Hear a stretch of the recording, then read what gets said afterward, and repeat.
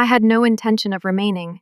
I assumed that Chad and I would leave that small community within a year or two of our marriage. Perhaps we would relocate closer to the city and start over somewhere that didn't smell like cornfields and resignation. Then his mom suffered a stroke. It was 10 years ago. In some way, my life suddenly came to a standstill. Marie was her name. She was unable to move or talk for very long without becoming out of breath. Her eyes, however, were always functional. They observed everything. After a year, Chad left her in charge, packed one bag, remained silent, and disappeared. And I remained. Not because of my saintliness. I didn't love Pine Creek for that reason. I couldn't leave someone who looked at me as though I cared and was still visible, so I stayed. Her actual children? Lost. Lauren, the eldest, had a social media influencer life filled with destination bachelorette parties and brunches, out chasing lives they said they deserved. The youngest, Brad, didn't call very much unless he needed something. Not even a hesitant thank you was ever said to me. It seems as though I was the unseen nurse who pushed Marie's wheelchair, changed her bed linens, and spooned her dinner, an unpaid nurse that nobody saw. Until the reading of the will. Then all of a sudden, I was seen by everyone. After a cup of broth and a complete chicken pot pie, Marie passed away softly. She had asked for food last time. To be honest, I'm still haunted by how calm she appeared when she asked, as if she was halfway gone already. I woke up in a chilly sweat at 1:52 a.m. There was a problem. She had a frigid hand. Breath was absent. Nothing. The single bubble that had been keeping me upright seemed to have been punctured with a needle. I muttered, "Marie?" and stroked her face. Then, more gently, "Mom?" However, she had already left. As if she possessed pain itself, Lauren had barged through the door by 9 in the morning. It was anger, not tears, that made her eyes misty. Or shame. Perhaps both. "What did you do?" she yelled. "What were you feeding my mother?" I gazed at her as if she had developed a new head. "Are you serious? You prepared her meals. She passed away. You work it out." I had the option to slap her. 10 years. 10 years of rice porridge, nocturnal emergencies, and sponge baths. And now she came in and acted as though I had killed her mother? Do you believe I harmed her in any way? With a trembling voice, I spoke. "Lauren, where have you been for the past 10 years? Taking a cruise?" She didn't respond. However, the harm had already been done. Like a suburban referee, her husband intervened and whispered, "Kylie, just let's keep things civil. Please see to it that Marie is buried properly." Courteous, correct. I buried her softly, gently, and by myself, just as I had cared for her. And once the soil had settled, they engaged in combat. Hard. As a ghost at my own burial, I sat in the corner of the room for the inheritance meeting. Marie bequeathed her numerous estates to her children, each of whom received a home. Like warlords dividing a kingdom, they divided the remaining $50,000 in savings. Me? On Pine Creek's Main Street, I have an old, dilapidated house. The one with the rusting gate and the leaky roof. The one they made fun of at every holiday meal. When the lawyer read it aloud, Brad grinned. Lauren didn't even glance in my direction. "I guess loyalty doesn't pay the way you thought it would," she remarked later, leaning forward. It hurt. Part of me had assumed Marie would fight for me, even if it meant dying, but not because I gave a damn about what she thought. But I didn't move my face. With folks like them, I'd learned to live by speaking less, listening more, and smiling less. That day, I didn't say anything as I left the house, not even goodbye. I found myself cleaning dust off antique picture frames, like muscle memory on my first morning alone in that dilapidated house. The flooring moaned as if they recalled happier times, and the wallpaper ripped at the edges. Not much. It was mine, though. One room at a time, I cleaned. Floors were mopped. Furniture was moved. I would take pauses to cry in private. Then, an odd thing happened. Muddy footprints were visible on the recently cleaned corridor. Strange. An hour ago, I had scrubbed this floor. When I knelt down to inspect the flooring, I saw that one of them was a little loose from age. I opened it out of curiosity and stopped. A ton of money, $100 notes, well packed. like a secret someone buried and hoped would never be discovered. It was concealed in the hollow beneath the floor. I took up the first stack with trembling hands, then the following one, and the subsequent one. Counting it all took me 2 hours. $300,000. 3. 100. 1,000. There was a note at the bottom, under the final stack. It was wrinkled, yellowed, and scrawled in Marie's unsteady cursive. To Kylie, it's your money. Give up waiting on Chad. He isn't worth it. Enjoy your life, my love. You were always on my mind. I've always wished you the best. Before the words really clicked, I read it 3 times. Then I broke. I stayed all those years, every night when I sobbed into a pillow. I remember all the birthdays I spent sitting next to a woman who could hardly speak, while her children drank margaritas by the sea. She had also noticed me. She had been watching me the entire time. I can't recall how long I sobbed. All I can recall is the hush that followed. It had lost its weight. It had a lot of significance. I did more than merely keep the house. I was more than simply the woman who remained. She trusted me enough to entrust everything to me. Silently, covertly, in a Pine Creek floorboard under a dying house. All of a sudden, I stopped being upset with the others. I didn't require their blessing. Marie had already provided me with what I had been longing for, recognition, and that's when I first realized there is more to this story. I kept the money a secret from everyone. Not Chad, not Lauren. My sister typically hears everything before me, but not even she. For several days, I just sat with it. Give it some air. Give me a moment to breathe. $300,000. Although it wasn't lottery-winning wealth, it changed people's lives. Particularly for someone like me, who has spent the last 10 years subsisting on guilt and ramen from the dollar store. Marie, too? She left me more than just money. I got a damn mail from her. You mattered, it stated. Stop waiting, it said. Live. I had spent so much time under her shade that I was unsure of how to face the light. I was going to try, though. It was oddly silent over the next 2 weeks. Chad didn't call. Lauren didn't send any passive-aggressive texts. Just give it some space. I cleaned the house throughout that time. Under a fictitious identity, I paid someone in full to fix the roof. I made a purchase order. Just in case, there's a box in the next town. A fresh bank account was opened by me.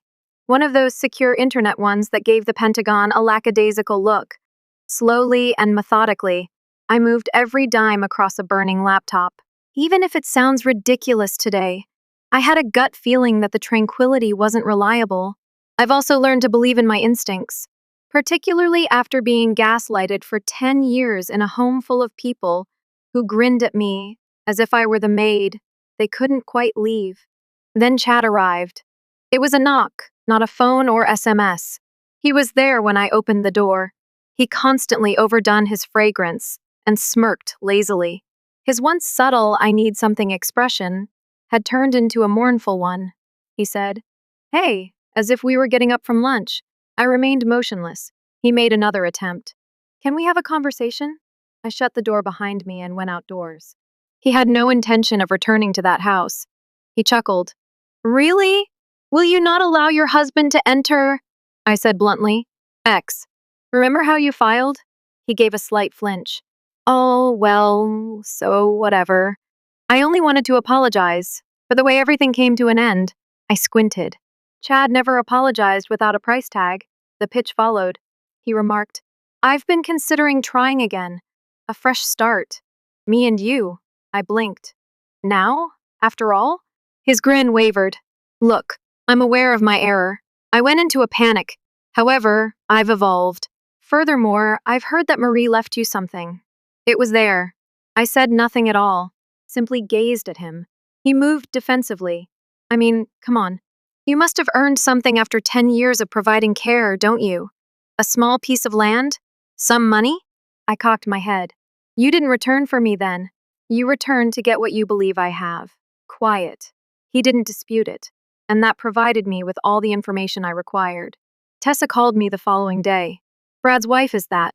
If Barbie had a cruel streak and a knack for making false tears, she would be a smart Barbie. She struck up a conversation. How did I feel? How is the house doing? Isn't it isolating to be alone in Pine Creek? It nearly made me chuckle. She had joked that some people get addicted to martyrdom the previous time she had seen me. However, I kept my cool, listened, let her speak. Then the true cause for the call was revealed. Listen, when reading through some paperwork, Brad and I saw something odd. Marie's estate isn't quite right. For example, financially. I spoke in a neutral tone. How? We simply believed she had more saved. She didn't actually spend much in the end, after all. She didn't want to hear that, but I was right when I replied. You'd have to ask her accountant. She paused. She left you the house on Main Street, which is just strange. Everyone was aware that it was collapsing. I think it's a bit of a slap in the face. But nobody asked you, I said. She stopped talking. Then, you know, Brad has been considering the possibility that the will is more complex than we initially thought. There might be more than one section. Perhaps you're keeping something from me. It was there, the danger beneath the sweets. It was almost so polished that I was impressed. I began to be followed the next week. Not in a big way, not in a car with tinted windows and black paint, but enough. I was followed by the same truck at the grocery shop and the post office. Once, when I was working in the yard, I noticed it parked outside the house on Main Street. It sped away as I approached it. That was the type of truck that Chad's cousin owned. I didn't go up to him. I simply took a different path, began making cash payments. I upgraded my security cameras. The second burner phone number has been activated. Lauren then gave a call. I answered before remembering to let it ring out since I was so taken by surprise. Kylie, she said, can we have a conversation? I let out a sigh. It depends. Am I being questioned today or accused of something? In fact, she laughed. No, I only wanted to apologize. I blinked. That's novel. She let out a sigh. I was acting inappropriately. You looked after Mom. I didn't. I'm responsible for that. It had a practiced sound. I didn't purchase it. Then, of course, came her true motivation. Look, I believe there is some misunderstanding regarding Mom's possessions. Brad says you've discovered something. Were you left with more than we anticipated? I said nothing. She went on. Simply said, it's strange. You never gave off the impression of being the kind to hang about aimlessly. And there it was. It was something they would never comprehend. Money wasn't the reason I stayed. When no one else saw me, I stayed for them. Because I didn't want Marie to pass away alone in a room, I stayed. However, I didn't say that aloud. Because such things are not heard by people like Lauren. All they hear are numbers. The Main Street house was broken into the day after Lauren's call. Nothing was taken by them. The floorboard, however, was up. The one that once held the money. They pried open the floorboard clean. Not a single scratch. No mess. Simply lifted. Whoever did it was well aware of what they were seeking. They didn't smash windows or examine drawers. They didn't steal anything simple, like the TV or the small safe where I kept my papers, or flip sofas. They immediately headed for the floorboard beneath the carpeting in the corridor. This implied that they were already aware of the funds. For a long time, I just stared at the hallway bench while perched on its edge. The void, the betrayed trust, the stench of disdain and stale dust. I also refrained from crying. I remained calm, as the funds had already been spent. The week I discovered it, I had moved it, maintained roughly $5,000 in cash, hidden in the liner of an old suitcase in the attic, put some in a safety deposit box under a different name, and deposited the majority into a clandestine account. I'm not sure what they anticipated discovering, perhaps a confession note, a gold bar, or a stack of fresh hundreds, just awaiting sticky hands. However, all they discovered was a locked home and a wooden emptiness, and they were dangerous enough for that. The police weren't called by me. I had the option. Most likely ought to have. However, I didn't, since I was aware of who it was, and because they immediately start playing the she's crazy game when you bring up the law in a household like mine. The habit of poor widow, unstable from grief. No, I had to be alert. Be calm. Managed. I replaced the locks, strengthened the doors, possessed motion sensors. Simple, silent steps. Nothing ostentatious. I waited after that. Not because I was afraid. I wanted to see who would blink first, so I did that. After 2 days, Brad arrived, grinning, but not invited. He brought donuts. The type one adored back when we were all still acting like family. I refrained from opening the screen door. He gave me the used car dealer smile that never quite made it to his eyes as he stood there with the box. As if we were reuniting after a church lunch, he said, "Hey, Kylie, what are you looking for?" I inquired. "Like a sacrifice for peace." He raised the donuts. "I just wanted to drop by. Speak. You are aware. Make the air clear." I arched an eyebrow. Concerning the break-in? His expression wavered. Seldom. However, I managed to catch it. "What?" He uttered those words. "Someone broke into the house a few nights ago," I murmured, leaning slightly against the doorframe. "Headed directly for a certain floorboard. Ignored the valuables altogether." Brad blinked. "Oh, whoa, that's strange, isn't it?" He gave a nod. "Very." We were silent as we stood there. Then I grinned. A tiny, piercing grin. "Brad, I moved the money." He opened his mouth, then shut it again. I went on. "The money you believe I didn't earn, you know. The money that you believe is someone else's." I shifted it. Everything. As soon as I discovered it. He moistened his lips. "You did discover something then?" I didn't respond. He took a step toward her. "Listen, Kylie, no one is attempting to pursue you. All we're doing is attempting to comprehend. That's all." "Yes," I said. "Tell Chad I'm here." His expression clouded. "It's not a game." "Then quit acting like one." I closed the door. Didn't slam it. Didn't shout. Simply shut it. Like the discussion. Tessa was the next to call. She made no effort to feign. She immediately targeted the throat. She said, "Listen, bitch, I know you've got something. Do not believe for a moment that we will allow you to take it all." It nearly made me chuckle.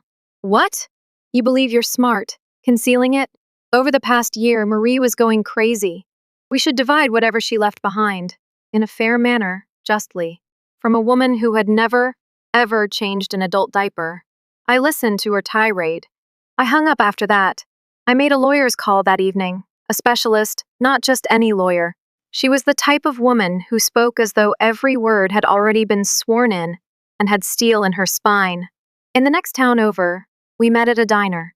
She nodded after giving the note. Marie left me a quick glance. "This is true," she stated. "Specific intent, handwritten, and dated. You're protected." "Even in the event that they say she was mentally unfit?" I inquired. She raised her head from her cup of coffee. "You took care of her for a decade. You have logs, calendars, medications, and records. They include cruise itineraries and pictures of breakfast. You'll be all right." She then leaned closer. "However, they won't approach you lawfully. Not at all. They are going to bluff. They will make threats.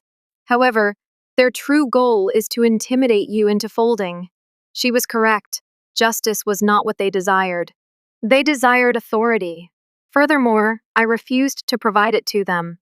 I had a plan. Not retaliation. Not some grand plan. Just a way out.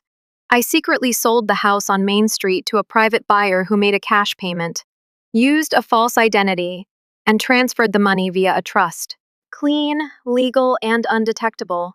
I then departed from the town. Not a warning. No farewell. Not a single note. I left the blinds drawn, the mailbox empty, and the utilities running. Allow them to return and knock on everything they desire. There would be nobody home.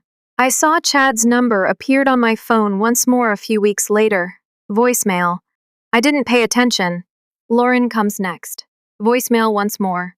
Then Brad. Next is Tessa. This time a text.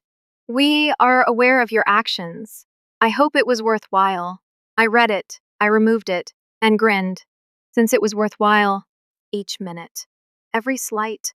As they attempted to make me feel like a visitor in a house I had constructed with my own hands, I bit my tongue every single second. It was worthwhile, because I wasn't surviving for once. I was making a decision. When I left Pine Creek, I didn't turn around. Not once. My camera, a packet of papers, 2 duffel bags, and a battered suitcase that held more sentimental value than monetary worth were all packed before dawn. I left the others alone.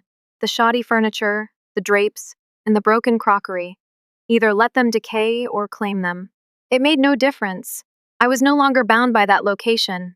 After surviving for a long time, there is an odd silence.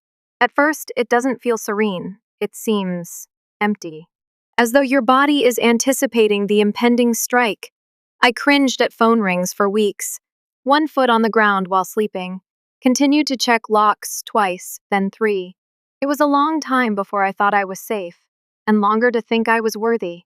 I discovered that I could rent a modest cabin in northern Michigan, private property, encircled by trees, a lake that glistened like glass if you caught it before midday, and a chilly wind.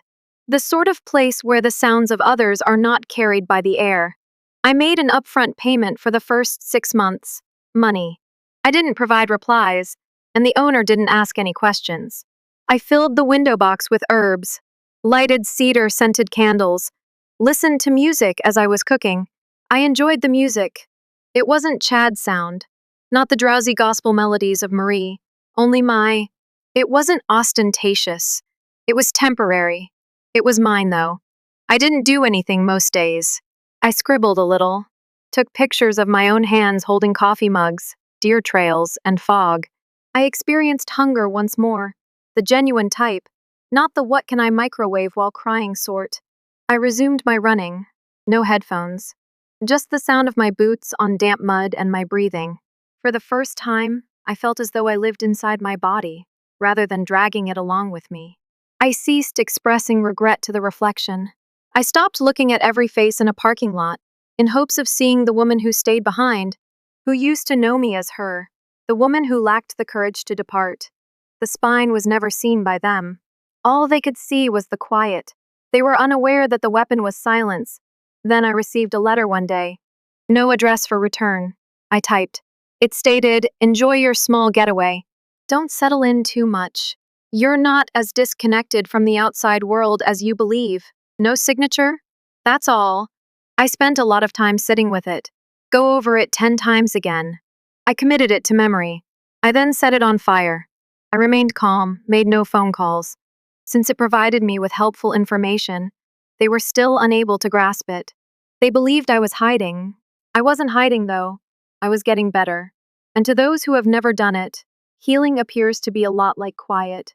The following morning, I submitted a restraining order. No proof was required. Since the break-in, I had maintained a neat little file. Not suspicious. I simply practiced. In a different state, I also opened a second account, closed the previous one, transferred the trust funds once more, dispersed them. Peace is redundancy. I then gave the lawyer a call. The diner one, the same one, told her everything. For a moment, she was silent.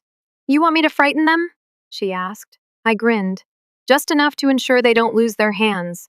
After an hour, Brad, Tessa, Chad, and Lauren received cease and desist letters.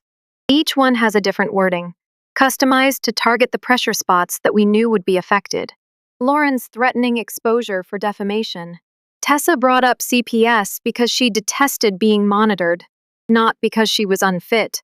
He was reminded by Chad about the occasion when he borrowed $12K for cryptocurrency from Marie's account and neglected to reimburse it.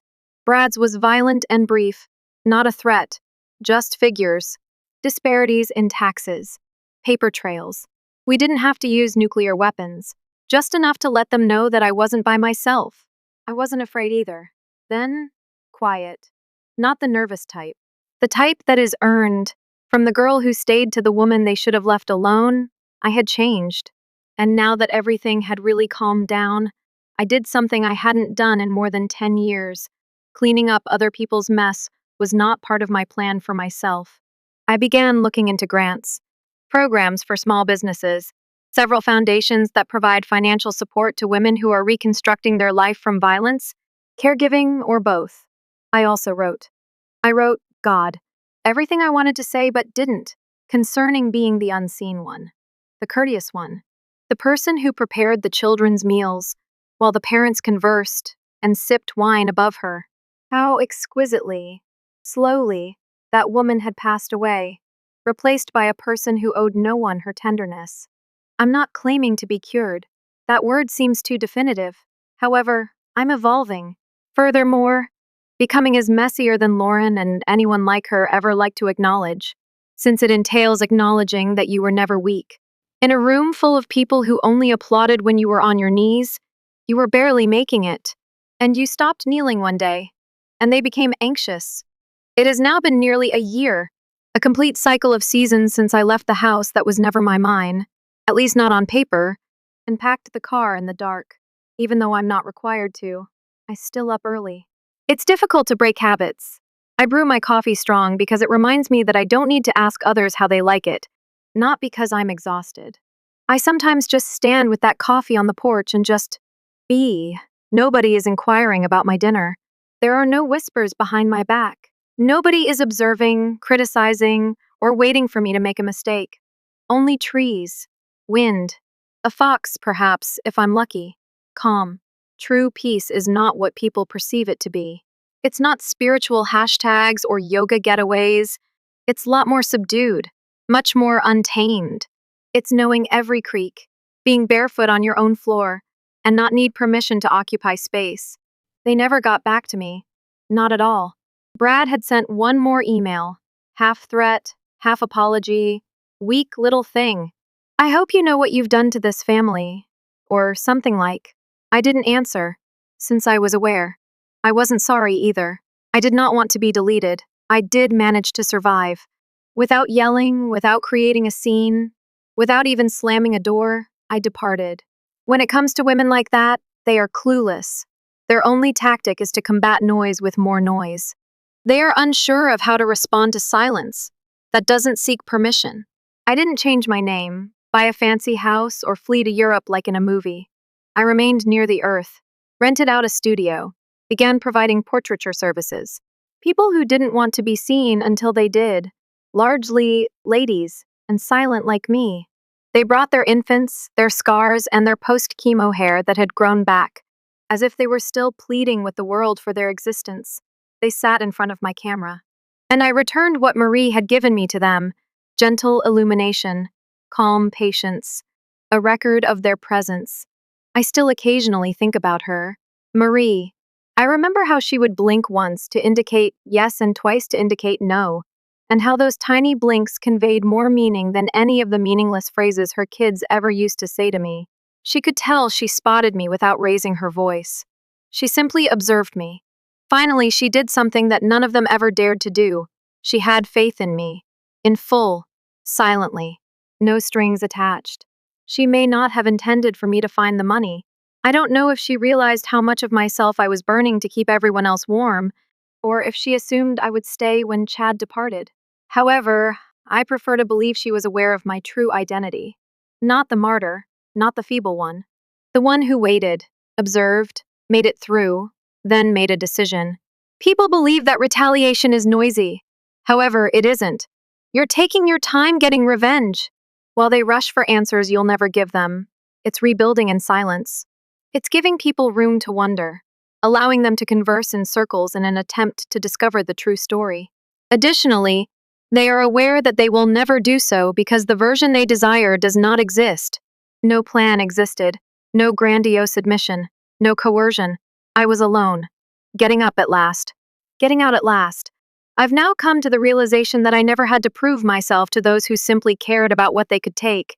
Therefore, no, this is not a tale of retaliation. Reclamation is what it is. It tells the tale of a woman who was undervalued by everyone and who endured 10 years of disrespect before leaving unharmed. It has nothing to do with what I lost. What I got back is what matters. My time, my name, my breath, my future. And what do you know? None of it would be worth trading. Not even the most awful evenings. Because I no longer see a doormat, a caretaker, or a thankful daughter-in-law when I look in the mirror. I saw a woman who inherited everything that was significant, while being left out of the will. She is also not returning.